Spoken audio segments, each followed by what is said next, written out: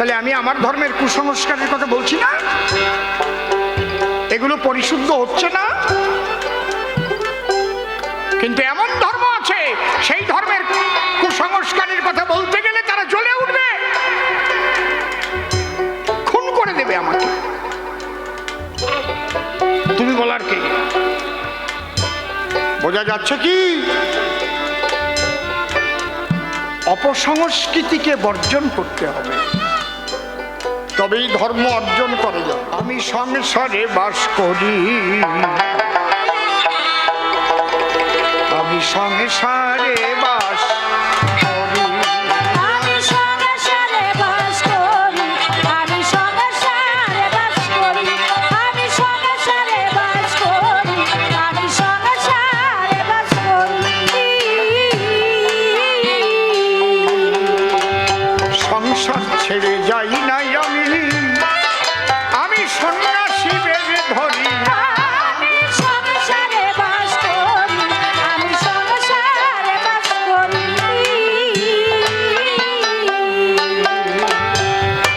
কর্ম আমার বড় ধর্ম,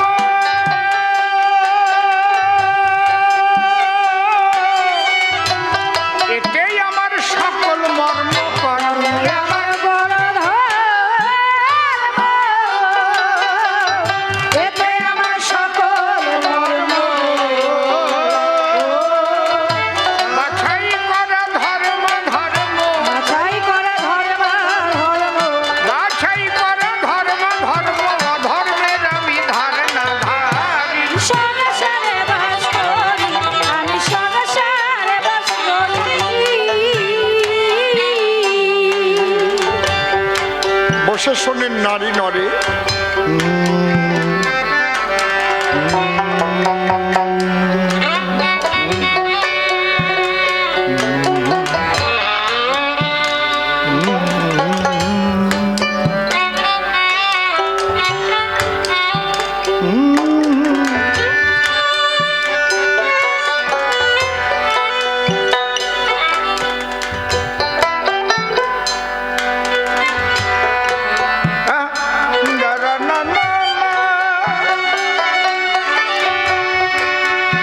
বেহাক খাম্বাজ, বেহাক খাম্বাজ।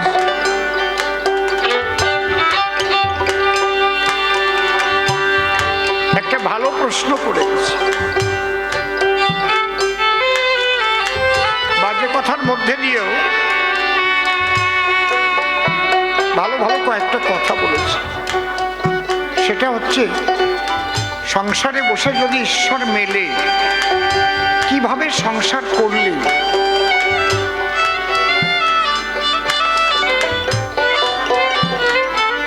ঈশ্বরকে লাভ করা যায়।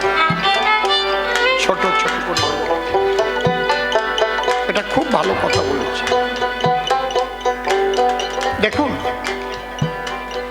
সন্ন্যাসী হলেই যে ঈশ্বরকে লাভ করা যায় তা নয়, কিন্তু আবার সংসারে থাকলেই যে সে খারাপ হয়ে যায় তাও না। কারণ ঈশ্বর সংসারকে ভীষণ ভালোবাসে। তাই যদি না হতো তাহলে যুগে যুগে সংসারীর ঘরে কি অবতার রূপে ঈশ্বর আসত?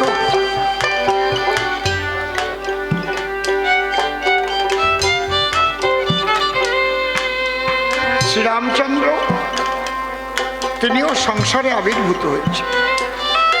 শ্রীকৃষ্ণ তিনিও সংসারে আবির্ভূত হয়েছেন। শ্রীমান মহাপ্রভু তিনিও সংসারে এসেছেন। সাধু মহাপুরুষ অবতার সবাই সংসারেই জন্মগ্রহণ করেছে।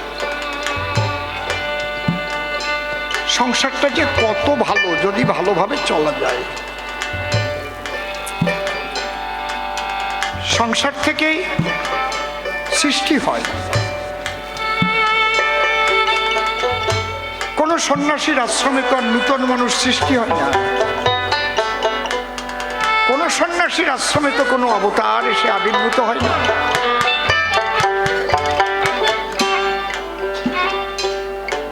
এই এই সংসার করার পদ্ধতিটা কি? মূলত ঈশ্বরের সাধনা স্মরণের মধ্যে দিয়ে এবং মনকে পবিত্র রেখে।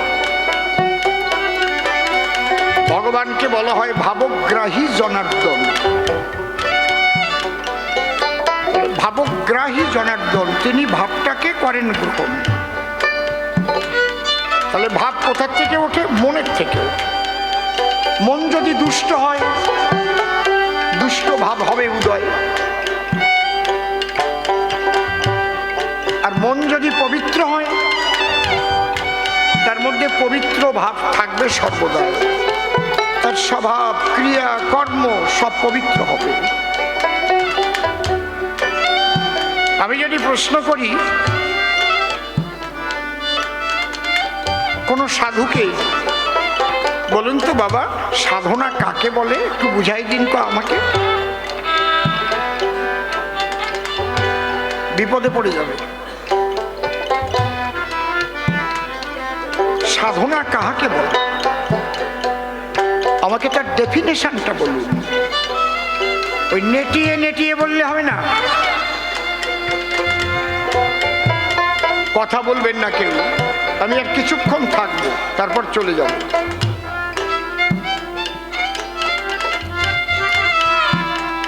কারণ ডেফিনেশনটা পারফেক্ট হতে হবে, সংজ্ঞাটা।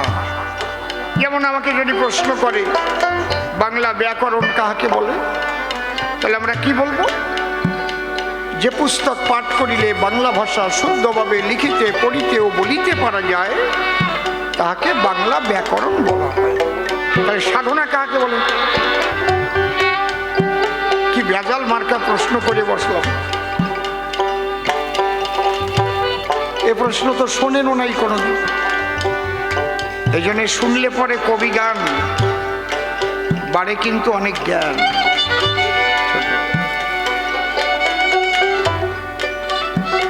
যে যে পদ্ধতির দ্বারায় বহির্মুখী মনকে ইষ্টমুখী করা হয়, তাহার নাম সাধনা।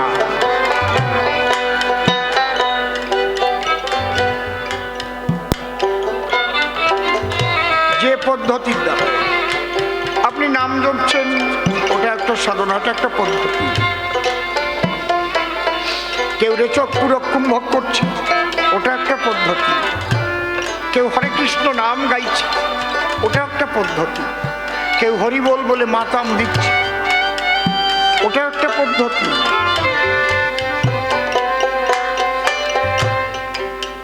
কেউ নামাজ করছে, ওটা একটা পদ্ধতি।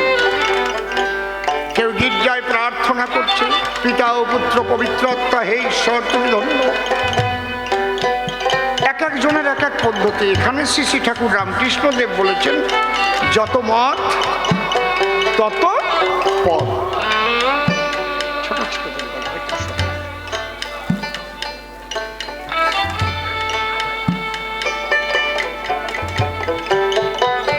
ধর্ম শব্দটা যখনই উচ্চারণ করা হবে, ধর্ম স্ট্যান্ডটা দেখেন, তিনখানা পায়ের উপর দাঁড়ানো আছে। আছে? পা তিনখানা থেকে খুলে ফেললে এটা দাঁড়াবে কি? এখানে খালি রডটা দাঁড় করানো যাবে না। ধর্ম কথাটা বললে তিনটে পা চলে আসে। ঠিক আছে, ও ঠিক আছে, বসুন, আপনি বসুন। অনেকে আপনার দিকে নজর দিচ্ছে না, আস্তে। এটা মনোসংযোগ নষ্ট হচ্ছে। কমিটি দেখুন, আমরা দেখবো না ওগুলো।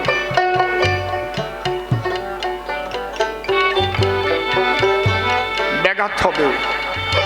তিনটে জিনিস চলে আসছে। কি? একটা ধর্মীয় সাহিত্য, একটা ধর্মীয় সংস্কৃতি, আর একটা ধর্মীয় দর্শন। দর্শন শুনে যান। ধর্মীয় সাহিত্য মানে প্রত্যেক ধর্মের ধর্মগ্রন্থ আছে। আছে কি না আছে? বৌদ্ধ ধর্মের ত্রিপিটক, মুসলিম ধর্মের কোরআন, কিতাব হাদিস, খ্রিস্টান ধর্মের বাইবেল, নূতন নিয়ম পুরাতন নিয়ম, শিখ ধর্মের গ্রন্থ সাহেব, সনাতন হিন্দু ধর্মের বেদ, পুরাণ, গীতা, ভাগবত, মহাভারত। তাহলে ধর্মীয় সাহিত্য এগুলো দেখতে হবে। ধর্মীয় সাহিত্যের মধ্যে এমন কোনো কথা যাতে না থাকে যেটা মানবতা বিরোধী।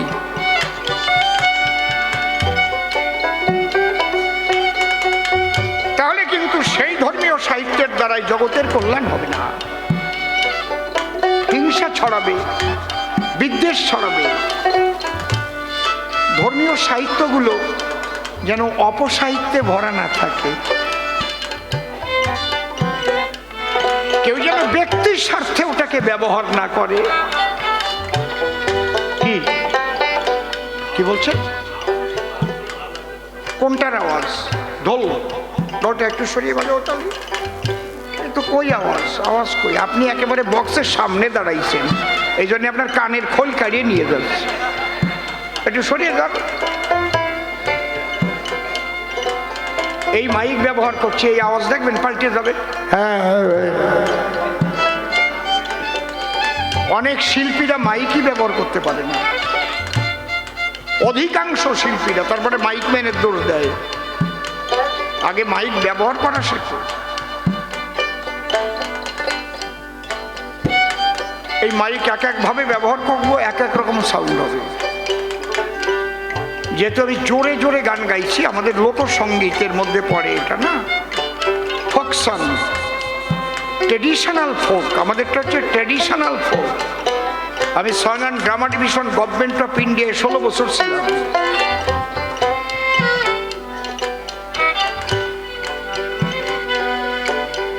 এই গানগুলো অনেক উচ্চস্বরে গাইতে হয়, তাই না? ভোলা মো পূর্ণদাস বাউল, বাউল সম্রাট, সেই সময় কি চড়া সুরে। ওইরকম চড়া সুরে গান গাইলে কিন্তু সামনে একদম গিয়ে গাইলে হবে না, একদম কাছে যে গান গাবে। কোন গান? আধুনিক গান। বহু দূর হতে এ কথা, এই আর মুখের মধ্যে খাইয়ে গাবে। আর ছোট্ট সুরে গান গায়। যাক, ওদের দরকার নাই। তাহলে আমরা ধর্মীয় সাহিত্য পেলাম। লক্ষ্য রাখতে হবে ধর্মীয় সাহিত্যের মধ্যে অপসাহিত্যগুলো ঢুকেছে কিনা। সনাতন ধর্ম শ্রেষ্ঠ কেন? রিভাইন হতে হতে এসেছে, এখনো রিভাইন হচ্ছে। এখনো যে কথা মনে হবে এটা মানবতা বিরোধী কথা, আমরা তার সমালোচনা করতে ছাড়ি না। নিজেদের ধর্ম পুস্তকেরও ছাড়ি কি? এই কবিগানের মধ্যেই তো সমালোচনা হয়। কিন্তু এমন এমন ধর্ম আছে যা লেখা আছে তাই, ওর পরিবর্তনের কায়দা নাই। হ্যাঁ হ্যাঁ, বুঝেছেন? ক্ষতিকর, মারাত্মক ক্ষতিকর। এ মানবতা বিরোধী। আমি ঈশ্বর, গড, আল্লাহ যাই বলবো না কেন, শক্তি একটা, পাওয়ার একটা। পাওয়ার আলাদা হয় না, নাম আলাদা হতে পারে। এবং প্রত্যেকটা নাম অ্যাডজেক্টিভ, গুণবাচক নাম আমরা দিয়েছি, তার কোনো নাম নাই। তাই পাগল বিজয় সরকারের গান আছে, জানিতে চাই দয়াল তোমার আসল নামটি কি। আমরা কত নামে ধরা ধামে কত রকমে ডাকি। কেহ তোমায় বলে ভগবান, গড বলে কেউ করে আহ্বান। কেউ বা খোদা, কেউ জিহুদা, কেউ বা পাথিয়ান। গাইলাম জনম ভরে মুখস্থ গান, যেমন মুখ বোলা টিয়া পাখি। জানিতে চাই দয়াল তোমার আসল নামটা। তার নাম নাই কোনো, নাম আমরা দিয়েছি। চিন্ময়স্য দ্বিতীয়স্য নিষ্কলুষ্য শরীরাণি সাধকানাং হিতার্থায় ব্রহ্মানাং রূপকল্পতে। ওইটা কল্পনার মূর্তি আমরা গড়েছি। যে পালমশাই রাধাকৃষ্ণ তৈরি করেছে সে দেখেছে রাধাকৃষ্ণ কেমন ছিল? দেখে নাই। তাহলে আমরা পুজো দেই কেন? এইটা হচ্ছে সনাতন ধর্মের ভক্তিভাব। সনাতন ধর্মের সাধনার তিনটে বাদ আছে: জ্ঞান, যোগ, ভক্তি। সনাতন ধর্মে জ্ঞানের সাধনা করে যারা নিরাকার ব্রহ্মবাদী হয় তারা, যোগের সাধনা যারা করে আত্মজ্যোতিকে দর্শন করে, আর ভক্তির সাধনা যারা করে তখন কল্পনার মূর্তি গড়ে প্রেম ভক্তি চোখের জলের দ্বারায় ওই মূর্তি জ্যান্ত হয়ে ভক্ত ভগবানের সঙ্গে মিলন হয়। মৃন্ময় থাকে না, চিন্ময় হয়ে যায়। রামপ্রসাদের বেড়া বেঁধে দিল। আহারে, এই ভক্তির সাধনা সনাতন ধর্ম ছাড়ার কোথাও মেলে না। ছোট তাহলে আমরা পেলাম ধর্মীয় সাহিত্য, এইবার ধর্মীয় সংস্কৃতি। সংস্কৃতি মানে কি? ধর্মের নামে যেসব ক্রিয়াকর্ম, এটাও আমাদের একটা সংস্কৃতি। ধর্মমূলক কবি গান, কীর্তন গান, রামায়ণ গান, পূজা পার্বণ, যা কিছু আমরা লক্ষ্য রাখতে হবে সংস্কৃতির মধ্যে যেন অপসংস্কৃতি প্রবেশ না করে। কালী পূজা করব, কিন্তু কালী পূজা করে পাঠা বলি দেওয়াটা অপসংস্কৃতি।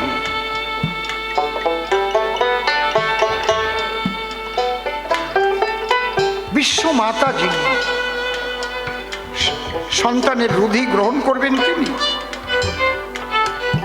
দেখেছেন এর বিরোধিতা হচ্ছে এবং প্রায় এখন বন্ধই হয়ে গেছে। জীব হত্যা করা, তাতে মাকে সন্তুষ্ট করা, এক শ্রেণীর মানুষ এগুলোকে তৈরি করেছে। কালী পূজা করতে গেলে পঞ্চমকার না দিলে হয় না। পঞ্চমকার মানে কি তা ওই ঠাকুর মশাই জানে না। উনি কবে 3x রাম নিয়ে আইসো। মদ্য, মাংস, মৎস্য, মুদ্রা, মৈথুন, 5টা শব্দের আগে ম, একে বলে পঞ্চমকার। ওটা তো যোগের ঘরের ব্যাপার। মদ্য মানে কি? আমাদের এই দেহের মধ্যে 7টা তালা আছে। একদম উপরের তালার নাম সহস্রার। সেখান থেকে তারুণ্যামৃত, কারুণ্যামৃত, লাবণ্যামৃত 3 রকমের রস ধরে। যদি কেউ আলাজিউ বা উল্টা করে যোগের ঘরে তার 1 বিন্দু পার করে পান করে তাহলে দেহ অটল হয়। ওই মদ খেতে বলেছে, আর এরা চুল্লু খাবে। কালী ভাই কি জয়, কালী ময় কি, কালী ভক্ত ধর্মটারে শেষ করে দেবে। মানুষ দেখলে কি বলবে? বোঝা যাচ্ছে নাকি? তাহলে আমি আমার ধর্মের কুসংস্কারের কথা বলছি না, এগুলো পরিশুদ্ধ হচ্ছে না। কিন্তু এমন ধর্ম আছে সেই ধর্মের কুসংস্কারের কথা বলতে গেলে তারা জ্বলে উঠবে, খুন করে দেবে আমাকে। তুমি বলার কে? বোঝা যাচ্ছে কি? অপসংস্কৃতিকে বর্জন করতে হবে, তবেই ধর্ম অর্জন করা যাবে। সজ্জনের সঙ্গ করতে হবে। সাত্ত্বিক, রাজসিক, তামসিক 3টে গুণ আছে। সাত্ত্বিক ভাবে চলার চেষ্টা করতে হবে। সাত্ত্বিক খাদ্য, সাত্ত্বিক আহার। আর ধর্মীয় দর্শন, দর্শন কেউ পাল্টাতে পারে না। সদা সত্য কথা কহিবে। এখানে তুমি কি খাচ্ছ, কি পড়ছো, কি মালা নিয়েছো, এই কথা বলা নেই। পরস্ত্রীকে মাতৃজ্ঞান করিবে। এগুলো হচ্ছে ধর্মীয় দর্শন, যেটা পালন না করলে ধার্মিক হয় না কখন। ও বলে গেছে না, সদ্গুরু কাহারে কয়। এইটা পালন করে যারা সঠিকভাবে, সেই সদ্গুরুকে প্রণাম করি আমি পাই। এটা আমাদের ধর্মেই লেখা আছে। সত্য রূপং পরম ব্রহ্ম, সত্য হি পরমন্তপ, সত্য মূলা ক্রিয়া সর্বা, সত্যাৎ পরতর নহি। सच बराबर तप नहीं, झूठ बराबर पाप, जिसको दिल में सच है उसको दिल में आप। সেই পরম ব্রহ্ম সনাতন, সত্য সনাতন, তুমি সেই সত্যকে যদি না করো ধারণ, তুমি সন্ন্যাসী হও আর বিরাট মহারাজী হও, হবে না তার দর্শন। কিন্তু সংসারে বসিয়া যদি সত্য কথা কয়, আর কি পিতৃধন বেভিচারে যদি নষ্ট না করে ফেলায়, ব্রহ্মচর্য ন তপ তপৈতাহু ব্রহ্মচর্য তপোত্তমম ঊর্ধ্বরেতা ভবেজ্জস্তু সদেব নত মানুষ। সংসারীর ব্রহ্মচর্য আছে, সংসারে থেকেও ব্রহ্মচর্য পালন হয় যদি বেভিচারে পিতৃধন নষ্ট না হয়। সৃষ্টির জন্য নারী পুরুষের মিলনের দ্বারায় যে নূতন সৃষ্টি হয় তাতে ভজন নষ্ট হয় না, কারণ নূতন মানুষ সৃষ্টি না হলে কে কৃষ্ণ কথা বলবে? আরে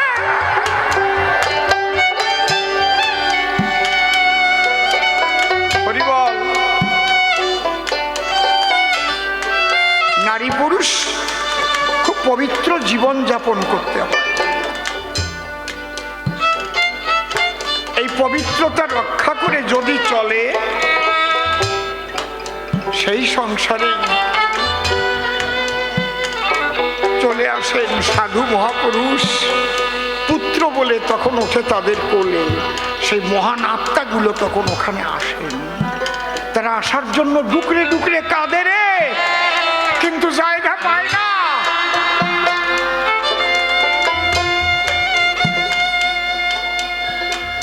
এই সংসারের মতো বড় আশ্রম আর হয় না, যদি করার মতো কেউ করতে পারে।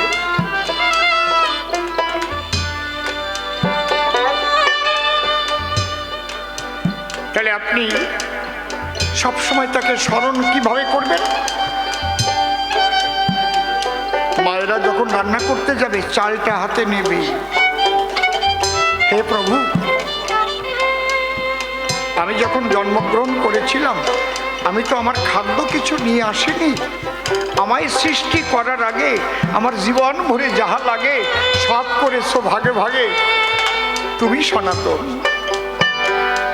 আবার তুমি মরে চলে গেলে তখন আমার হয় মরণ। এই খাদ্য তুমি করেছো উৎপাদন, একটা ধান আমি সঙ্গে করে নিয়ে আসি নাই। তোমার প্রভু যে জল দিয়ে ধুচ্ছি, এই জলের মধ্যেও তুমি জল রূপে না থাকিলে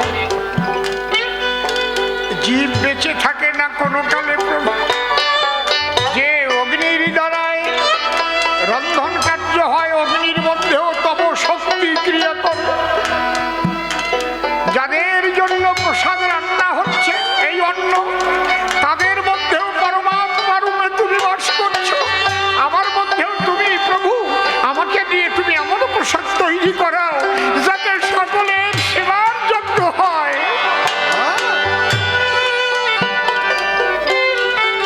ওই খাদ্য যারা খাবে তাদেরও ভিতরে কৃষ্ণ ভক্তি জন্মাবে। যাওয়া লাগবে না সংসার ছেড়ে। তাহলে নারী পুরুষ দুজনকেই প্রেমিক প্রেমিকা হতে হবে। খামাখা বিয়ে করে আনলাম, সারা জনম ভরে কাটুয়া বাড়ু বাড়ি করে গেলাম, মানে বিয়ে করে ফেললি তো ছাড়াও যায় না, এক জায়গায় থাকতেই হয়। ছেলে মেয়ে ওই হয় তো ভালো সন্তান আর হয় না। একটা ভালো সন্তান যদি কোনো মা বাবা জগতে উপহার দিতে পারে, সেই সন্তানটির দ্বারা কোটি কোটি মানুষের গতি ফিরে যায় চরাচর। একটা সুসন্তান জন্ম দেওয়া সহজ ব্যাপার নয়। নেতাজি নেতাজির মা প্রভাবতীকে জিজ্ঞেস করেছিলেন তৎকালীন প্রাক্তন ডেপুটি স্পিকার হরিদাস মিত্র, মা তুমি নেতাজির মতো সন্তান কি করে পেলে? বলে গুরুবাক্য রক্ষা করে। গুরুবাক্য রক্ষা করে? হ্যাঁ, গুরুদেব বলেছিল সংসার করবে, স্বামী স্ত্রী ঝগড়া করবে না। দু কথা হলেও নিজেদের মধ্যে মিটিয়ে নেবে। রাগ হতে পারে, ক্রোধ যেন না জাগে। ক্রোধে কিন্তু ধ্বংস হয়। ক্রোধাদ ভবতি সম্মোহ, সম্মোহাৎ স্মৃতি বিভ্রম, স্মৃতি ধ্বংসাৎ বুদ্ধি নাশাৎ, বুদ্ধি নাশাৎ ক্রমশ। কোনোদিন ঝগড়া হয়নি? বলে না, আমার গুরুদেব বলেছেন স্বামী স্ত্রীকে ঝগড়া করে, ছেলে পুলে দেখে জাহান্নামের সদর দরজায় বাসাগুলো রাখে। বাহ, বলে গুরু বাক্য পালন করেছি। সেইভাবে আমরা দুজন মিলনের সময় ঈশ্বরের কাছে প্রার্থনা করেছি, হে প্রভু তোমার সৃষ্টি দেহ দিয়ে আজ মিলন কার্যে ব্রতী হচ্ছে, আমাদের মধ্যে দিয়ে তুমি এমন মানুষ সৃষ্টি করো যার দ্বারা এই জগতের কল্যাণ হয় প্রভু।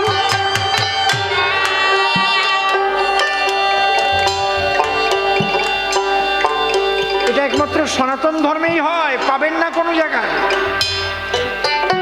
আর বিবাহ ব্যবস্থাটার উপর ভীষণভাবে ক্রিয়াশীলতা। বিয়েটা হবে আগে, আমাদের বিয়ে সেই শুনে এসেছি ছোট বাজার, নিজের মাতুল হবে না, মাতুল বংশের থেকে বিয়ে করা যাবে না। বাবার মাতুল, মায়ের মাতুল, বাবার মাতুল বংশ, মায়ের মাতুল বংশ। তার মানে কি, রক্তের দূরত্ব যত বেশি হবে তত তাদের দ্বারা, এটা বিজ্ঞান ভিত্তিক কথা, তত সুসন্তান জন্ম নেবে। আর কাছাকাছি যদি ওই কাকার বোন, অমুকের বোন, তমকে এই বিয়ে করে উগ্রপন্থী জন্মায়, জন্মাবেই, কেউ ঠেকাতে পারবে না। আমি বলি না, এটা বিজ্ঞান ভিত্তিক কথা। জানি বিবাহ ব্যবস্থাটাকে আগে ঠিক করতে হবে যদি সুসন্তান জন্ম দিতে হয়। এত সোজা না।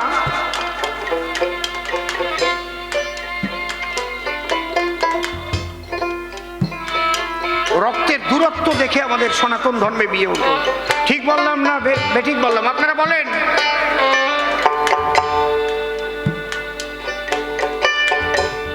এই জন্যে সংসার তো ভালো, সংসার করতে যাওয়ার আগে সংসারটা যে করতে যাবা এটা দরকার আগের থেকে ভাবা। সংসারে পদার্পণ করার আগে সদ্গুরুর আশ্রয় নেও, সে তোমাকে পদ্ধতি জানিয়ে দেবে কিভাবে সংসার করতে হবে।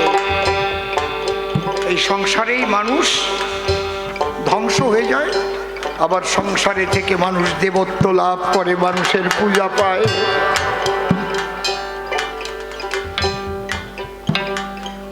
কর্মই আমার বড় ধর্ম, তাতেই আমার সকল মর্ম। কর্মই আমার বড় ধর্ম, এতে আমার সকল মর্ম। বাছাই করা ধর্ম ধর্ম, বাছাই করা ধর্ম ধর্ম, বাছাই করা ধর্ম ধর্ম, অধর্মের আমি ধার না ধারি। সংসারে বাস করি, আমি সংসারে বাস করি। সন্তানদের ছোট থেকে শেখাতে হবে মিথ্যা কথা যেন না বলে। আপনারা বলতে পারেন আপনি এত বড় বড় কথা বলতেছেন, আপনার ছেলে মেয়ে কিরকম হয়েছে, যাইয়ে দেখেন ওরা মিথ্যা বলতে পারেই না। মরে গেলেও কবে না মিথ্যা কথা। সে শিক্ষা ছোট থেকেই দেওয়া আছে। সত্যই হচ্ছে ধর্ম। আসেন একদিন ঘুরিয়ে যান।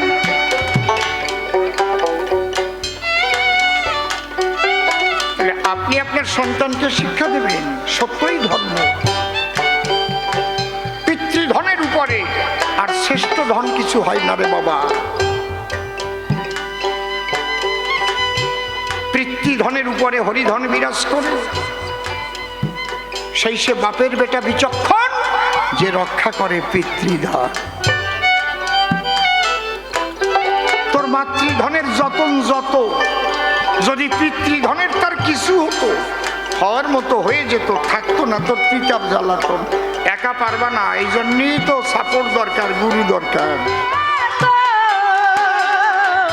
এতে আমি নই তো প্রাপ্য।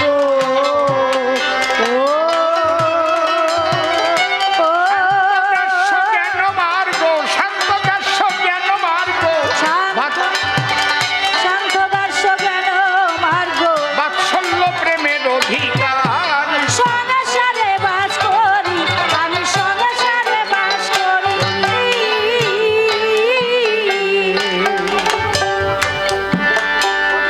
অধিকন্তু নদশায় পূজা পার্বণ সমুদয়,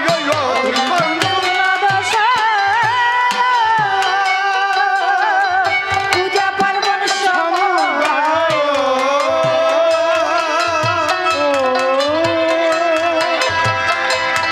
সুরের থেকে বোঝা যাবে আমি শেষ করছি। অধিকন্তু নদশায় পূজা পার্বণ সমুদয়,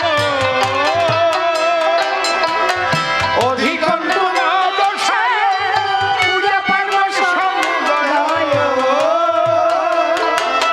আমার ভাগ্যাকাশে সূর্যোদয়, আকাশে সূর্যোদয়, ভাগ্যাকাশে সূর্যোদয়, আমি অনায়াসে ব্রহ্মচারী। সংসারে বাস করি আমি, সংসারে বাস করি।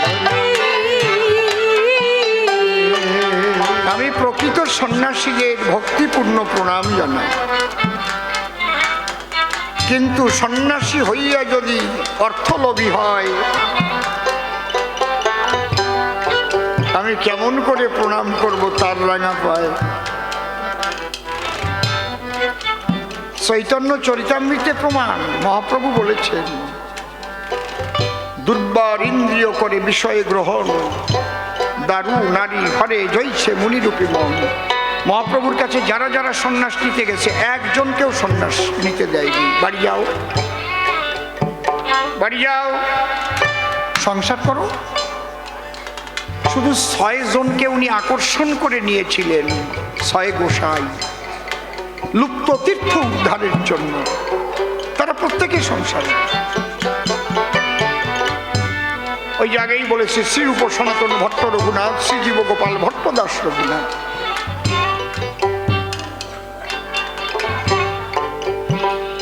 রঘুনাথ যখন সন্ন্যাস নিতে গিয়েছিলেন, মহাপ্রভু বললেন, মর্কট বৈরাগ্য কবু না করিবে, অনাসক্ত হইয়া যথা বিষয় ভঞ্জিবে। শিবানন্দ সেন যখন গিয়েছিলেন, বাড়ি পাঠিয়ে দিলেন, কাকা বাড়ি যাও, সন্ন্যাস নিতে হবে না। বাড়ি গিয়ে তোমার কৃষ্ণ ভক্ত সন্তান জন্ম নেবে। কে জন্ম নিয়েছিল বলেন? তার দ্বারা কবি কর্ণপুর। এই জন্য যখন বৈষ্ণবরা দেখবেন অধিবাস কীর্তন গায়, তখন কি গায়? পঞ্চপুত্র সঙ্গে নাচে, কে? আর 3 পুত্র কার? পঞ্চপুত্র সঙ্গে নাচে, সেন শিবানন্দ। পঞ্চপুত্র সঙ্গে সেন শিবানন্দ, আর 3 পুত্র সঙ্গে নাচে, রায় ভবানন্দ। সঙ্গে নাচে রায় ভবানন্দ। দেখো শিবানন্দের কি আনন্দ, শিবানন্দে হরিবলা। আনন্দ, শিবানন্দের কি আনন্দ, শিবানন্দে আনন্দ। তারা পিতা পুত্র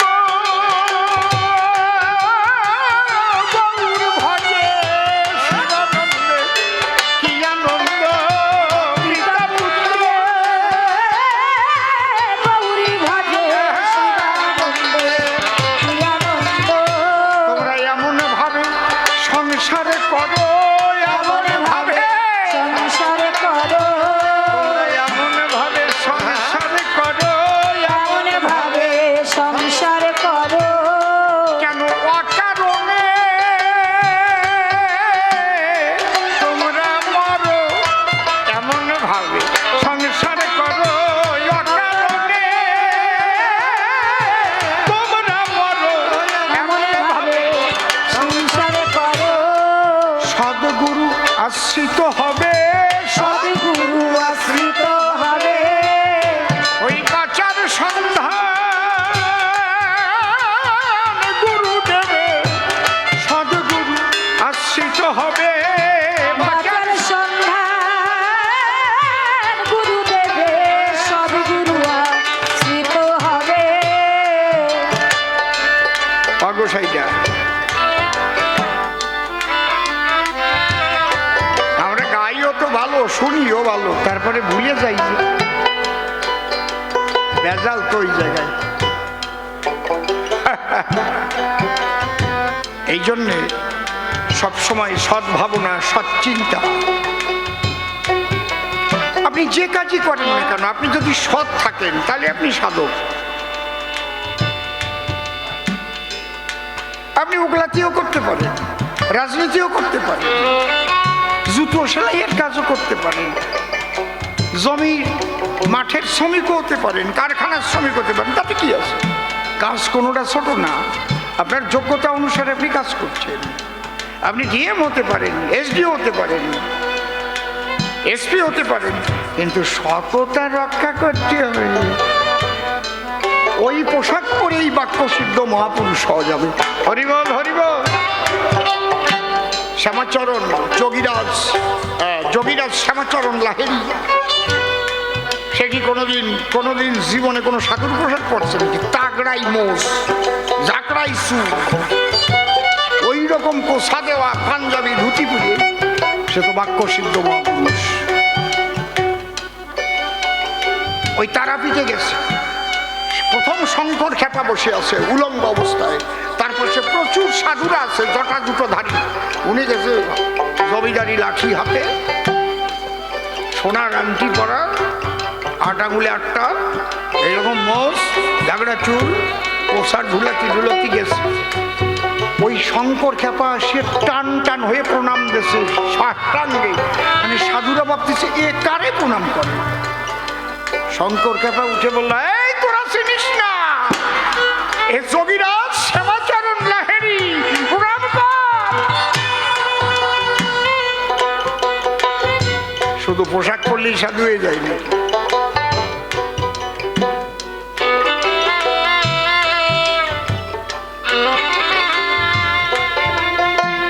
সাধুরাও জেলে যায় না যারা সাধুর পোশাক পরে, সাধু হয় না।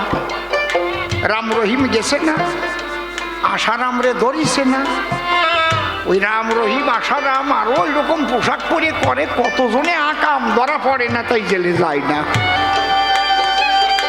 ওই জাতীয় মানুষের চাইতে মস্তানরা ভালো, ডাকাতরাও ভালো। কারণ যারা ডাকাত, নাম করা ডাকাত, সবাই জানে যে ওই কালু ডাকাত, ওই ফাটা কেষ্ট, সবাই জানে যে ও যা তাই পরিচয়। সে তো আর সাধুর পোশাক পরে আকাশ করি বেড়ায় না। বোঝা গেল কি? তুমি যা জানো তাই পরিচয় হয় তোমার। তুমি চোর হবা আর সাধুর পোশাক পরে বেড়াবা, ওইটা মারাত্মক খারাপ।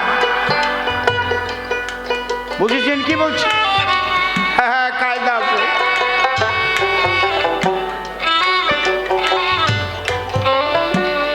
আমি একটু উচিত কথা কই বলে আমি মানুষ খারাপ, জন্মের খারাপ মানুষ না, মরিয়ে যাই তারপরে ঠিক পাবেন।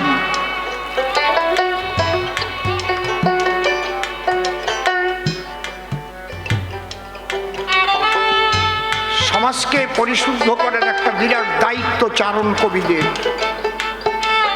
আমার গুরুদেব পরম শ্রদ্ধেয় প্রয়াত রশিদলাল সরকার, তার গুরুদেব পাগল বিজয় সরকার, তার গুরুদেব মনোহর সরকার মশাই, তার গুরুদেব কবি রসরাজ তারক সরকার। আমি তারক গোসাইয়ের পঞ্চম পুরুষ। এই শিক্ষাই পেয়েছি, কবিরা কখনো ভয় পাবে না, নির্ভয়ে সত্য কথা করিবে প্রকাশ। কবি গানের মধ্যে দিয়ে পাবেন তাহারই আভাস। পক্ষ বিপক্ষ দুজনে দাঁড়াইয়ে করতে হয় লড়াই। আমরা কাব্য ছন্দ দিয়ে দেখেন পুতুল গড়াই। এই সুর ছন্দে কবিতা প্রবন্ধে আমরা তুলে ধরি যা বুঝতে পারে সহজে যত নর নারী। কতজনে ঠকেছে সাধু ভেবে, তারপরে সিটিংবাজি করে চলে গেছে। এরকম ঠকেছে না কতজন? এরকম হবে কেন? তাই ভবা পাগলার গান আছে, যদি মনকে সাধু করতে পারো ধরো সাধুর বেশ, নইলে দেখার মতো দেখছেন তিনি ধরবে মাথার কেশ। কাজী নজরুল ইসলাম লিখেছেন, মন না রাঙাইয়ে বসন রাঙালে কি ভুল করিলে যোগী। এই মনটা হচ্ছে মূল। তোমার মন পবিত্র নিয়ে যদি সংসারে থাকিবে, পবিত্র জায়গায় ঈশ্বর তখন ধরা দেবে। পরিষ্কার করে বলে গেলাম সভ্য সবার ঠাই, ভক্ত না থাকলে ভগবানের অস্তিত্বই নাই। এই ভারতবর্ষে যদি একজনও কৃষ্ণ ভক্ত না থাকে, একটাও কৃষ্ণ মন্দির থাকবে? কথা কন। ও যত মন্দির আছে অন্য জিনিস হয়ে যাবে, কোনোটা গুদাম ঘর, কোনোটা পায়খানা। কি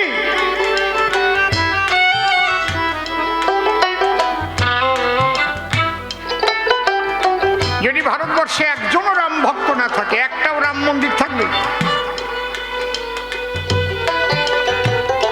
তাহলে ভক্ত আছে বলেই তো ভগবানের প্রকাশ। তাই ভগবান বলেছেন, আমি চিরকাল ভক্তের চরণের দাস। ভক্ত আমার মাতা পিতা, ভক্ত আমার গুরু, এই ভক্তকে নাম রেখেছে আমার বাঞ্ছা কল্পত। ভকেতে খাওয়াইল তখন আমি খাই, আর ভক্ত না দিলে পরে আমি উপবাসী যাই।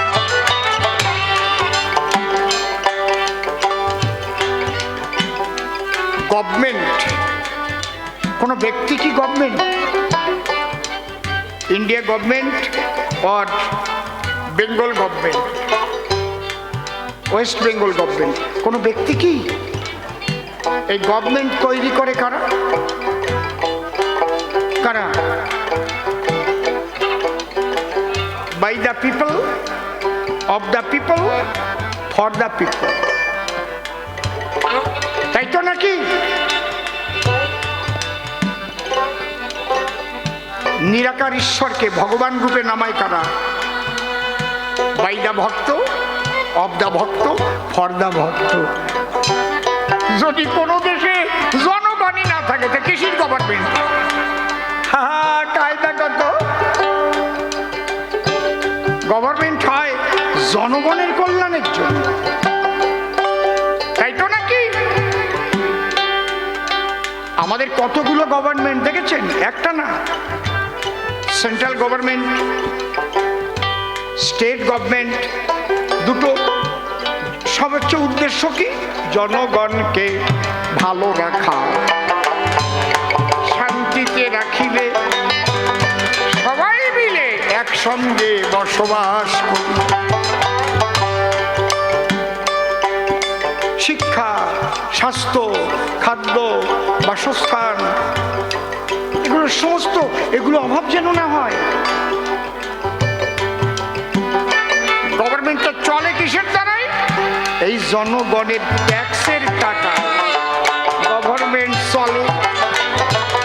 ওইটাই ফিরাইয়ে দেয় মাস্টার মশাইদের স্কুলে, বেতন দিচ্ছে। পুলিশ বলেন, কর্মচারী বলেন, জনগণের টাকা না গভর্নমেন্টের বাপের টাকা আছে? সে সেন্ট্রাল গভর্নমেন্টই বলেন আর স্টেট গভর্নমেন্টই বলেন। বুঝতে পারছেন? তাহলে government by the people, of the people, for the people, জনগণের জন্য, জনগণের সরকার আর জনগণের দ্বারা। Bad population, bad parliament create করে। মানুষ যদি লোভী হয়ে যায়, ছোট মানুষ যত অসৎ হবে তত অসৎ মানুষকে পার্লামেন্টে ভোট দিয়ে পাঠাবে। দেখেছেন ব্যাপারটা? আমি অসৎ কাজ করব, এই কাজে যত আমি সাহারা পাই তাতে ওনাকে আমার দরকার। আর যদি মানুষ আমরা ভালো হই, গভর্নমেন্ট ভালো হবে, হরিমালা যার দ্বারায় ভারতবর্ষ সুন্দর হয়ে উঠবে। এই আপনাদের হাতে সবকিছু, ভক্তের হাতে। ভগবান এই জায়গা বানাইছে কে? রাধাকৃষ্ণ, ভক্তরা বানাইছে। কি বাবা আমি খারাপ কথা বলতেছি নাকি? নাকি একটাও খারাপ কথা বলেছি?